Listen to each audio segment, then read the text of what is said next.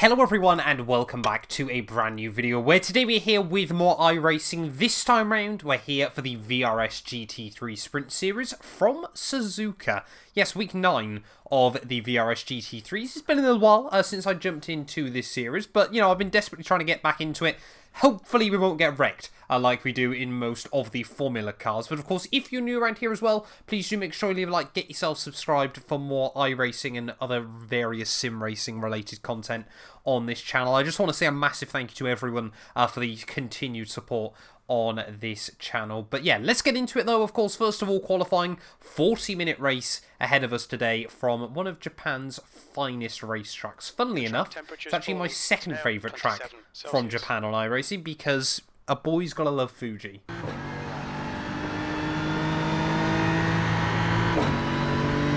Pole position. Your lap time was 1:58.57.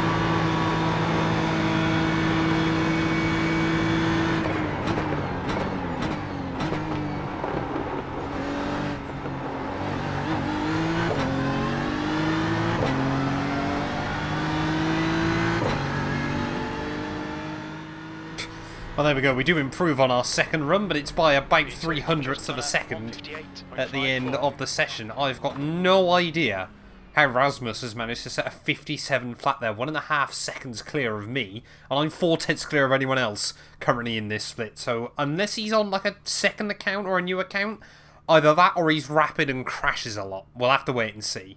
Right, well here we are then, on the grid, ready for this 40-minute race here from Suzuka, starting on the outside of the front row, but yeah, Rasmus, that is an absolutely mind-boggling lap time for 1.5k iRacing. Like I said, either he crashes a lot, or he's new to iRacing and is just building up his record there. I mean, he's got a 4.5, so who really knows? We'll wait and see, though, what we can do today.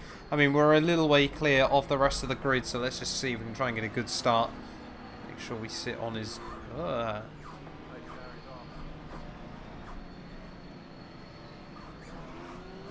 There we go. Oh, he's gone. We have not timed that well. Roy immediately is going to have a look to the inside there, as so Mark is going to try and come as well. 2 Porsches following 2 BMWs down towards turn 1, but in towards that first corner, lap 1, we'll just take it easy. Cold tyres, cold brakes, everything like that. But yeah, not quite the start we would have wanted then. Rasmus very, very slow, controlling the pace. And of course, I'm used to so many standing starts now in the Formula stuff. It's a bit weird going back to a rolling start.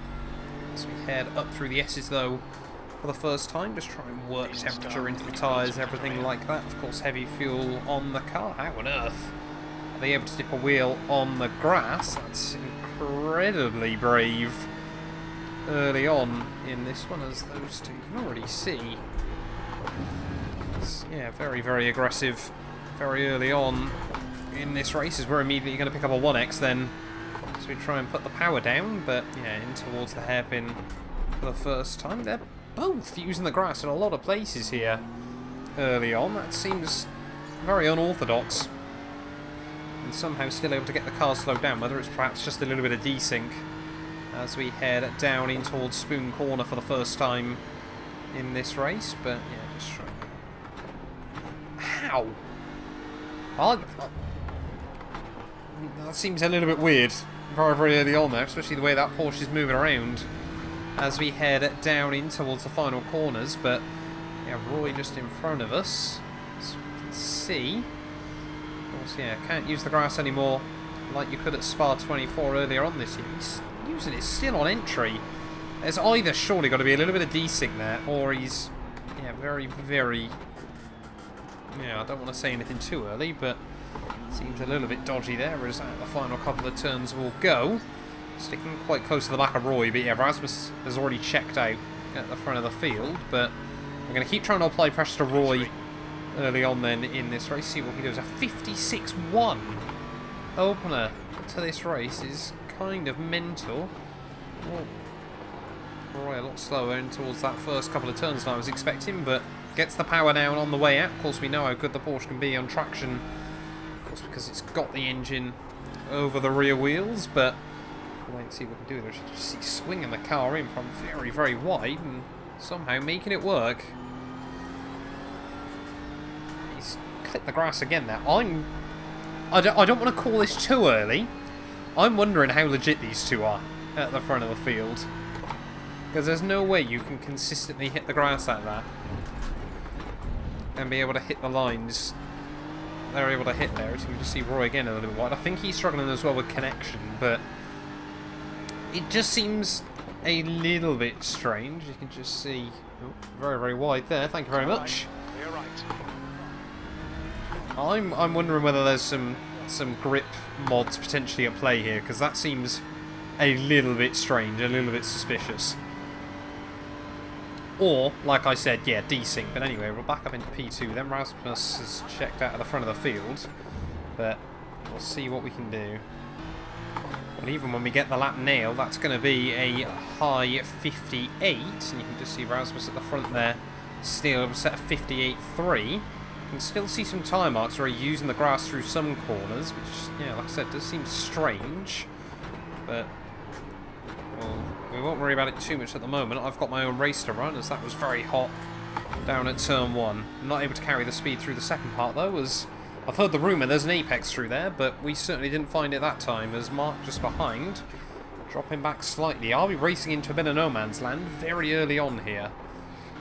This is a very good opportunity for us to try and gain some SR today, because, well, I mean, we could really do with it at the moment. Still sat on 1.7 to, you know, to complement our 1.7 KI rating as well, but yeah, we'll wait and see what we can do. Again, of course, just trying to eliminate errors, everything like that. Is really sliding the car through turn 2. I feel like this is quite a Porsche track anyway, just in its nature, but yeah, just I can't quite roll the BM the way I want to through these S's especially, but it does still seem to stay pretty planted, especially through, you know, 130R, for example. I imagine can get quite scary in that Porsche. Can. I'm not saying it always will be, but I'm just saying it can be.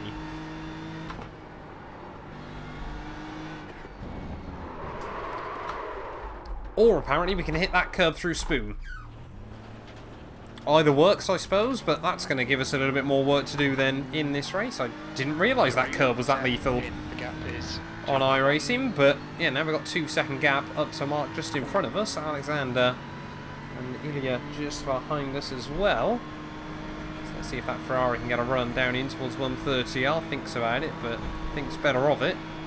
Still able to thread the car nicely through. But yeah, I've never had that before through 130R in any of my practice runs in this BMW, so that came as a bit of a shock.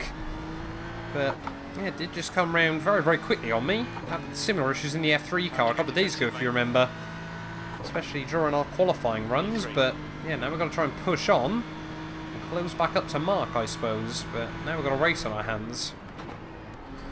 Yeah, watching Mark just in front of us, though, I do actually reckon it was probably just connection issues early on that made it look like everyone was using the grass for a lot of the circuit when they probably weren't, because apparently he's doing the same in the BMW, so apologies to Roy and Rasmus for any accusations early on, but let's wait and see then if we can try and close up and pull a move off on Mark, of course. We definitely are a bit quicker than him at the moment. That is going to make my life a whole lot easier. As I say, that was definitely actually using the grass down through Spoon. Awesome. I feel like I'm really struggling to maximise the corner though at the moment, of course, especially after what just happened, but yeah, that's going to make things a whole lot easier for ourselves again. And we're going to be back up into P2, just under 14 minutes ticked off for this 40-minute race.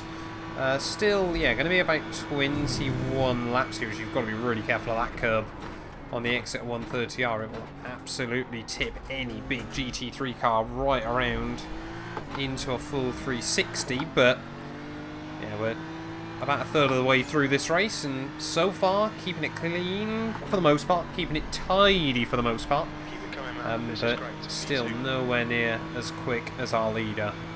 Must be pretty boring up there by yourself. Should have started from the back. We'll just building back up the gap then to Mark behind us. I think Roy, still not far away, just sat in that battle pack. There we go, 59.1. Only lost 0.3 that time round to Rasmus at the front, but yeah, in terms of fuel though, meant to go to about half hour in this race, so we're only going to need a quick splash and dash to see us through to the checkered flag. Of course, still got a long way to go before we get to that checkered flag. Just under half distance though in this GT3 race. Yeah, we're back into sort of fairly lonely territory here. It's a bit weird, this one. Of course, you're meant to have skill-based matchmaking. Of course, I know our iRacing's down quite a bit on where it needs to be, so 81 if we were to finish here would certainly be rather useful to have, but that's a lot of curve through the first Degner, but yeah, we've just got to keep it clean and tidy, keep it on the island, and just build up the consistency, and of course try and use this as a good opportunity to take some easy iRating and maybe some easy SR as well. If you're watching this quite soon after the videos come out, I would highly recommend, if you've got iRacing, just taking this combo out for a spin. It's quite good as a weird little sort of confidence builder. Of course, you've really got to try and sort of hang on to the car through the corners. It's really good at just trying to learn how to be more smooth as well, of course. Suzuka, a very old school circuit now in the world of motorsport, but yeah, well worth giving a go, as long as you don't get put up against some absolutely rapid guy in a Porsche, which I think a lot of people probably will be this week based on what I've seen around. The big question I'm asking myself at the moment is, will we have to box at the end of next lap, or could we potentially stretch it one lap further on this tank? As we head through the final couple of corners, you can see 2.1 laps. I think, yeah, we'll have to box the end of next one, which is probably a bit too risky at the moment, but we're going to put about another 5.6. We might just up that to 6 gallons to make sure we got 6 laps worth of fuel. In fact, we might actually have to up it just a little bit more than that. I mean, it's not really going to cost us a lot of time. We'll up it to 7.1. Yeah, crew chief confirming we will need to box the end of this one. Let's really just shut the car through turn 1 that time, but by accidentally being quite brave, we found another 10th. As last time, we even set a PB as well, so yeah, as the fuel burns off, of course the car does get faster as it gets lighter, so it does actually make it very, very good fun to drive around Suzuka, of course, because so much of the track is just about car weight and how much you can sort of chuck the car through the corners, especially, you know, the S's, the Degners, even Spoon as well, of course. 130 are a little bit different, but yeah, really I'm just sort of starting to learn and appreciate just how much you can roll this car around a lot of the lap. And yeah, that last lap felt really good, and we still lost 0.2 to Rasmus up the road, who has, well, I think not only is he checked out, but he's also booked his flight home and about halfway back as well. But yeah, we'll hopefully try and get a nice, clean, tidy stop though when we do come in. 7 gallons of fuel should see us, yeah, 7 laps. It's just in case we end up doing one extra, whether we accidentally extend the race by a couple of minutes. Just be careful over that curbing. Every time I go through there, I just panic a little bit. Just clench up just ever so slightly, as that time around we actually get a really nice run out of the corner anyway, so yeah, just sometimes you've got to be a bit brave, sometimes you've just got to try and maximise it, make sure we've got no tyres going on. That's pretty critical. So Oh, that's close to a 1x through 130R. You cannot get away with taking much curb through there. As Rasmus into the pits as well. As we head through the final chicane though, just make sure we get it slowed down. Nice and tidy into the pit lane. Of course, much more difficult than on the F1 games. There we go. Just try and not destroy the tyres as well, of course. I know you got ABS on iRacing, but it still doesn't quite work out the way you'd want it. Are we going to take the lead of this race? Maybe for just a moment. No, we are not.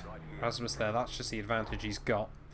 As should be a fairly quick pit stop here, sort of 10 seconds or so. So we'll just get, yeah, about half a tank's worth of fuel put back in.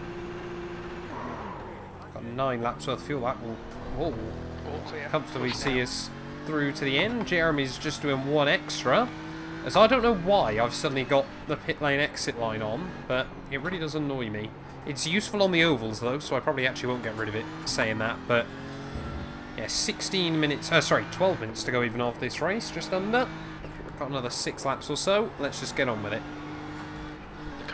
There we go. Jeremy into the pit lane, as yeah, we probably are just about going to see ourselves onto that extra lap then. Rasmus crossed the line with 30 minutes and 4 on the clock. So back into P2 though of this race. Are going to see a 21st lap here, so I think we've got 6 more to go.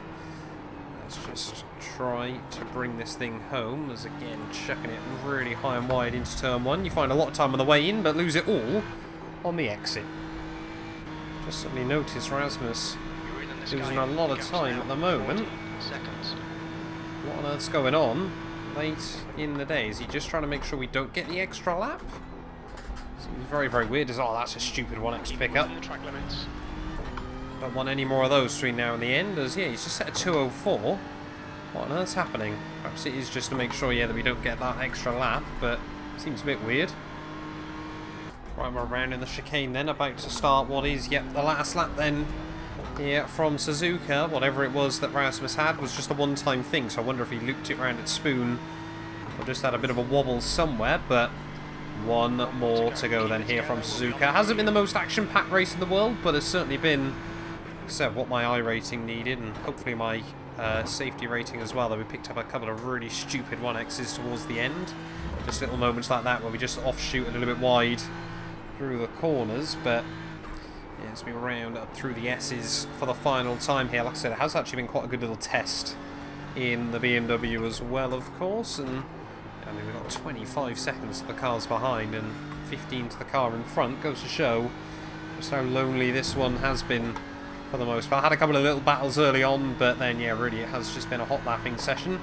Perhaps getting ourselves even more prepared for more races with the BMW in the future. Haven't decided actually what car I'm going to use for 2023 Season 1. That's worrying to think about, because that'll only be a few weeks away, but yeah, heading down through the hairpin then.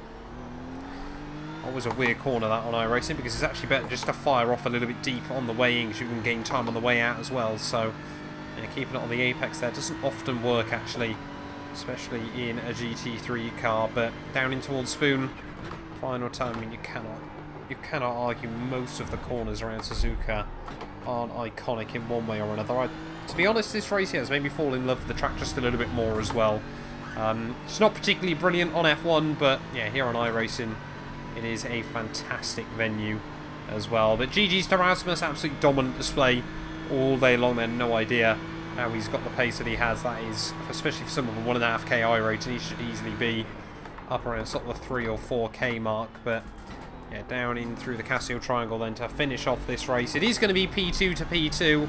Not the most exciting one in the world, but yeah, like I said, certainly has done my SR and my I rating a few favours there. 81 I rating as well. Let's grab a look at those final race results. Good drive. Crew chief happy as well. You can't go wrong. And there we go then, having a look at the final race result. 0.2 SR gained is actually, yeah, to be honest, a little bit better than I thought it would be. Their 82 I rating as well pushes us back over 1.8k. We're slowly but surely moving my way back up the roster. But thank you all so much for watching this video. If you have enjoyed, please do make sure you leave a like, get yourself subscribed. Big shout out there to Johanna's 21st to 7th as well. Lowest incident count. Rasmus picked up 14. Not very good for his SR, minus 0.44 there. Lowest instant count, I think, goes to, there we go, Didier, with 0x throughout the entirety of that one, so fair plays to them. But yeah, we'll be back very, very soon then with more iRacing content.